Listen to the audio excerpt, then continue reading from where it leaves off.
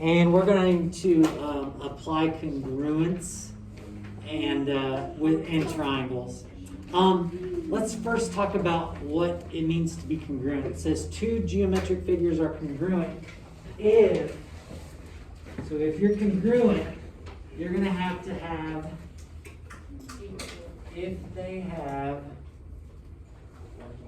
exactly the same size and shape. That's what it means to be congruent. You're going to have the exact same size and shape as another shape. Now, the reason we say size and shape is you can have the same shape but not be congruent to something. And what I think of is toy cars. Toy cars look like real cars, don't they? Oh my gosh, yes. But they're not the same size. So they have the same shape, not the same size. And we're going to learn later that those are called similar objects. But if you're congruent, you're the same size and the same shape. And this is pretty important here. It says we need to add a word in there that got missed for some reason. To be congruent, all corresponding angles have the same measure, and all corresponding sides have the same length. So here's what's tricky about it. If you're going to prove that something is congruent, then you're going to have to show that every angle has a matching angle, and every side has a matching side. Does that kind of make sense? Yes, yes. So it's a little bit of a chore sometimes to prove things are congruent. Example 1 says, find the corresponding parts of the two congruent triangles that are shown below. So they're telling us that these triangles are congruent. Well, let's list the congruent sides first. AB is going to be congruent to what? DE.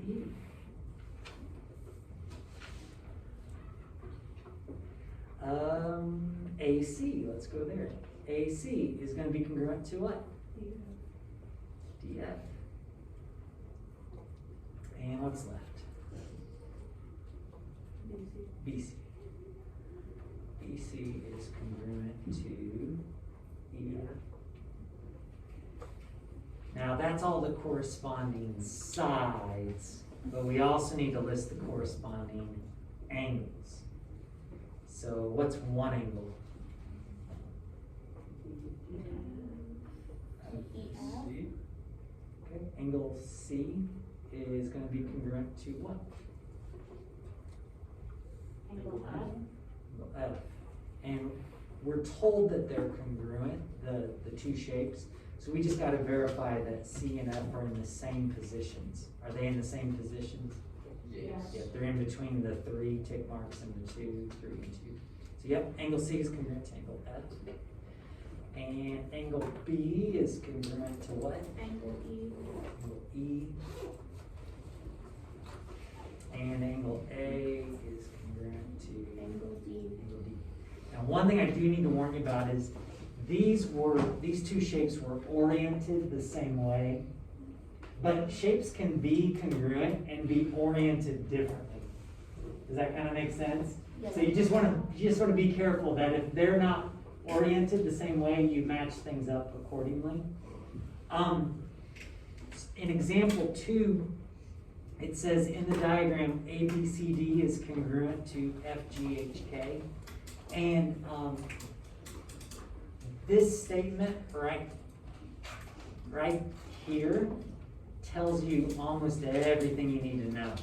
It's called a congruency statement, and congruency statements tell you all the angles that match up and all the sides that match up. For example, angle G is going to be congruent to what? B. Angle B. Do you guys see how that works? Yes. Angle D is going to be congruent to angle K. So we don't know what their measures are, but we know that they are congruent. Also, BC side BC, or segment BC, is gonna be congruent to what? Segment GH. You see how powerful that is? It packs a lot of information into a very simple statement. Well, we're asked to find some things. We're asked to find x. Well, I see this 3x minus 6. I also see an x down here, but see how it has a y with it? I'm going to kind of ignore that right now. Let's see if we can make some headway with this 3x minus 6. That 3x minus 6 is that FG. What does FG match up with? AB. Oh, nice. We can write an equation, can't we? 3x minus 6 is equal to 9. Let's go ahead and solve that bad boy. Add the 6 over, 15. I think x is going to be equal to 5. Mm-hmm. Yeah. That wasn't so bad. But now we've got y here, and I see how this is an angle, isn't it? 4x plus 2y. And see how it's at angle k? Well, what does k match with? D. So I can go ahead and do 4x plus 2y equals 44, but I still have that x in there. Plug in Substitution. X. But we just found x. So let's do 4 times 5 plus 2y equal to 44. And then we can kind of clean this up a little bit. Subtract the 20 over. That'll get you 24 divided by 2. Y equals 12 here. Y equals 12. What do you guys think so far? Pretty interesting. Good, good. Yeah. Well, here's a theorem that we get to learn about. Theorem 4.3 is called the third angles theorem. And I think this one's pretty approachable. The third angles theorem says, well, yeah, let's go ahead and write it out. It says if two angles of one triangle are congruent to two angles of another triangle,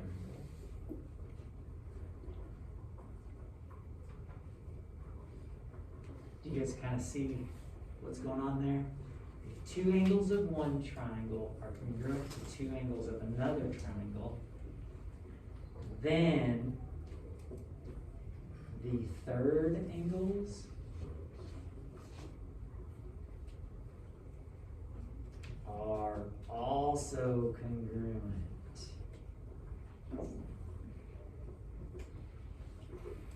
Now this may kind of sound a little funny, but I think it makes sense, especially if you look at a picture. Draw yourself a triangle, ABC, and draw yourself a second triangle, DFE.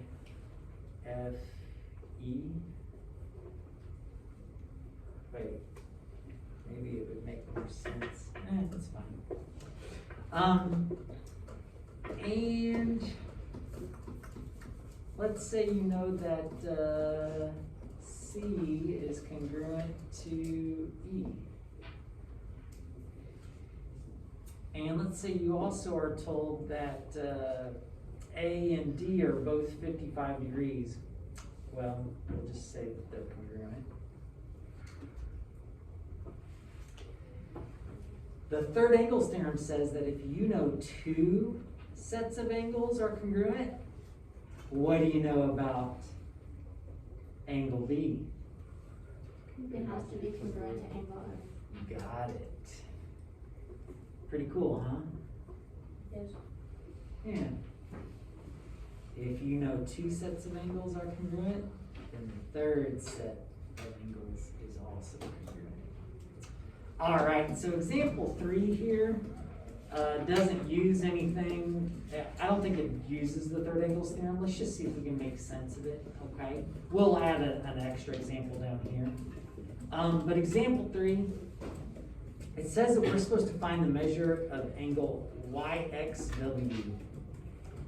Do you guys see how YXW is this big angle here? This armpit hair angle? Okay.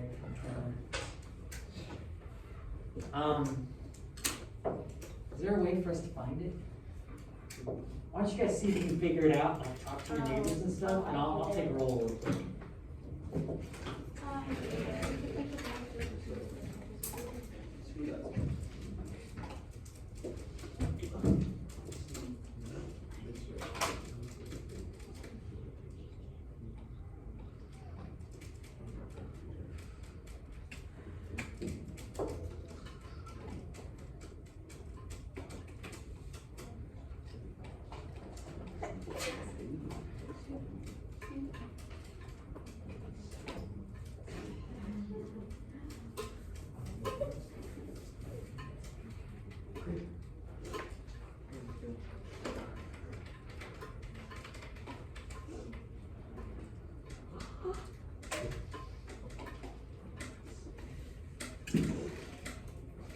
You guys think you're kind of quiet? Does that mean most everybody knows what the answer is, or does it mean you're lost?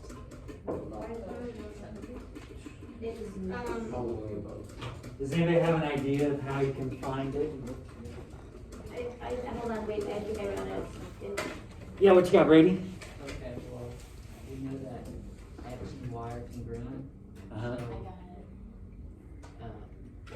Angle Y is 35 degrees, Okay. and we have almost all the angles inside triangle XWY.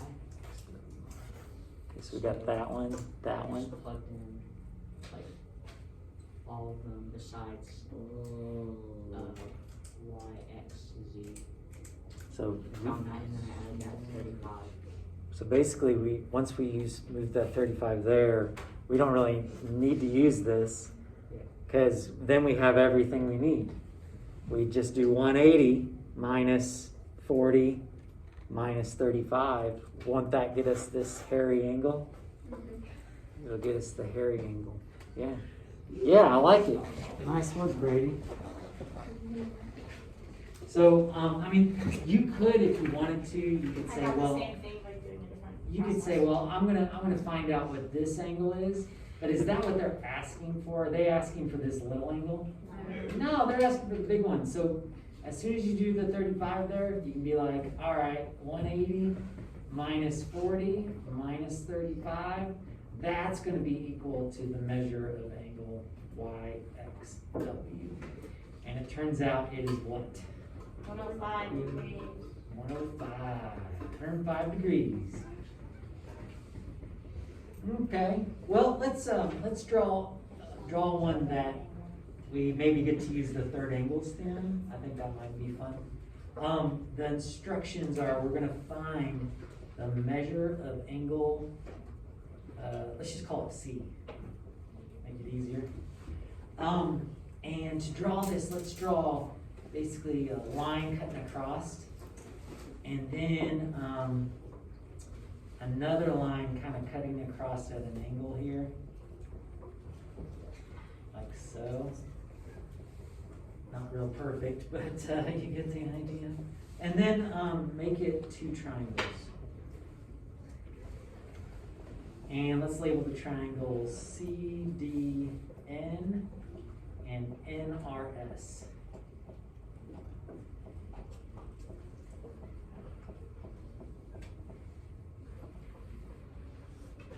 Oh, and we also are given that CN is congruent to NR.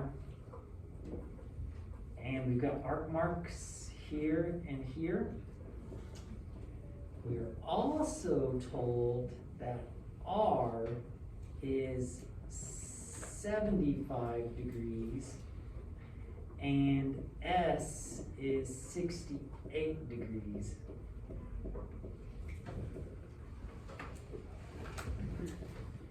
And we're asked to find the measure of angle C.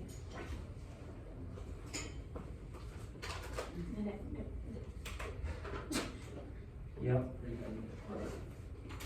Well, it kind of looks like we've got like maybe possibly parallel lines here, but do we know for sure?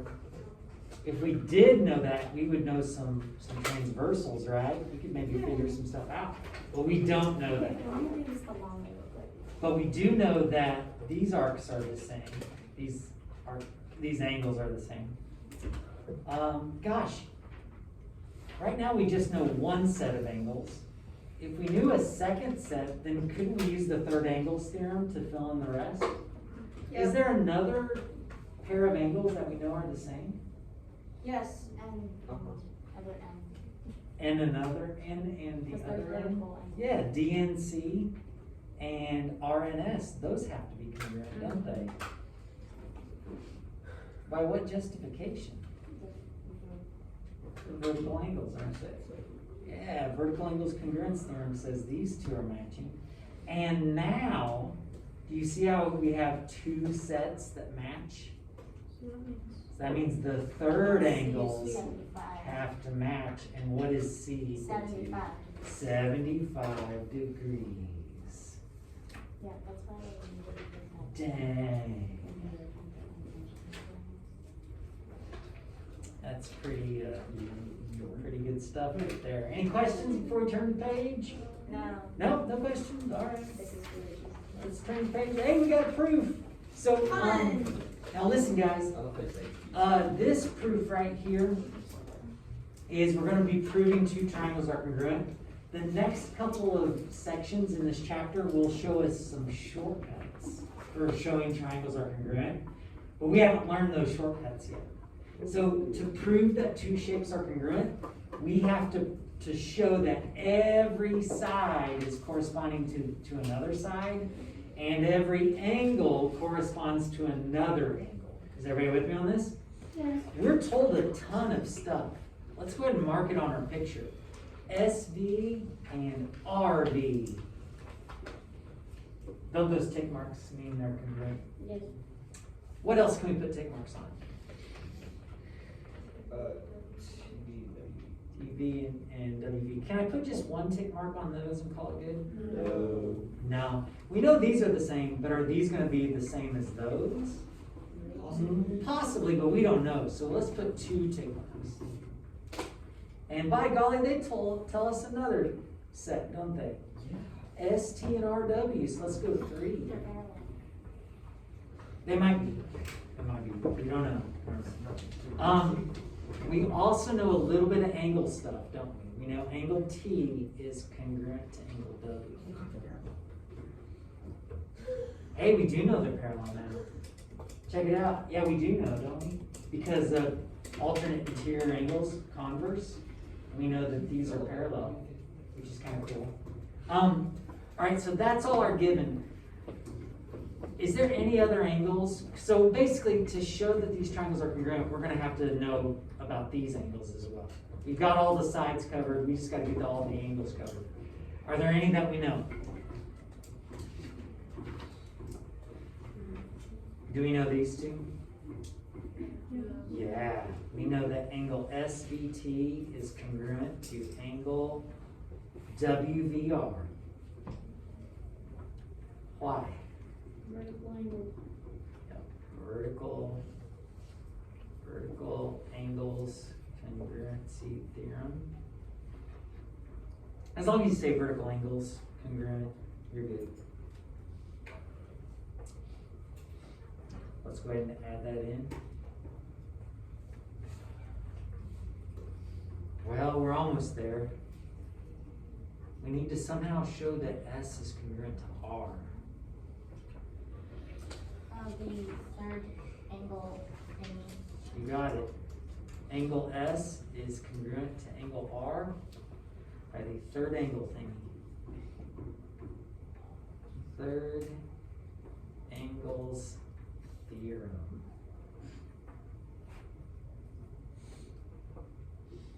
And do you see how we've got everything covered now? Every angle matches with another angle. Every side matches with another side. So guess what we're ready to say? Proof. Yeah, the proof thing. Triangle STV is congruent to triangle RWV. And the reason why is the definition of congruent polygons, but in particular, we're talking about what shapes? Triangle. Yeah, so we'll just say definition of congruent triangles. So there was a little proof for us. The only other thing that's new in this section is the fact that you can apply the reflexive property, symmetric property, and transitive property to actual polygons. So basically, for any triangle ABC, triangle ABC is congruent to what? When you do the reflexive property, this is the silly one. Equals ABC. A triangle ABC, yeah. And then the symmetric property says, if you know two triangles are congruent, triangle ABC is congruent to triangle DEF. If you know that, the symmetric property is almost as silly. It says what? Triangle Triangle DEF is congruent to triangle ABC. So you just kind of flip it around, right? And then the more useful property, I think, typically, is the transitive property one. It says if triangle ABC is congruent to triangle DEF, sorry, there's not much space there. And what are we gonna have to start with to do the triangle? Triangle DEF is congruent to triangle, thank you, GHI. Then what can we conclude? Triangle ABC is congruent to GHI. You got it.